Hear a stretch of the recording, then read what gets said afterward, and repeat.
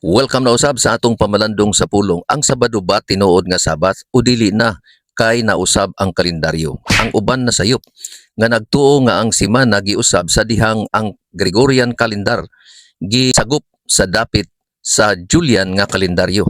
Kini nga pagbag-o wala gihimo sa tanan nga mga nasod parehas nga oras.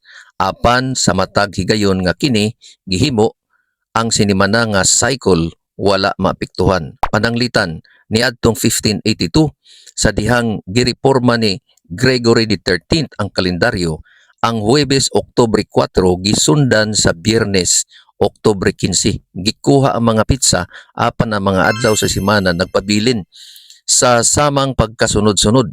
Usa ka susama nga proseso nga gisunod sa ubang mga panahon sa diha nga ang dugang nga mga pagbag-o nga gihimo bisan pa ang sinemana nga cycle wala mausab.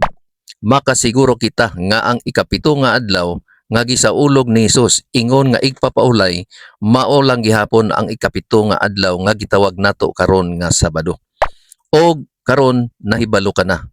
Naa sa pagsabot ang susi sa kamatuoran kay ang giyawa andam mo pasalaag sa wala nagtaon. Mao lang kini ang atong mubo nga pamalandong karong adlaw. Ayaw kalimot sa pag-like, pag-comment, pag-follow o pag-share. Kita ta sa sunod na pod nga video. Ang Dios mag-amping kanatong tanan.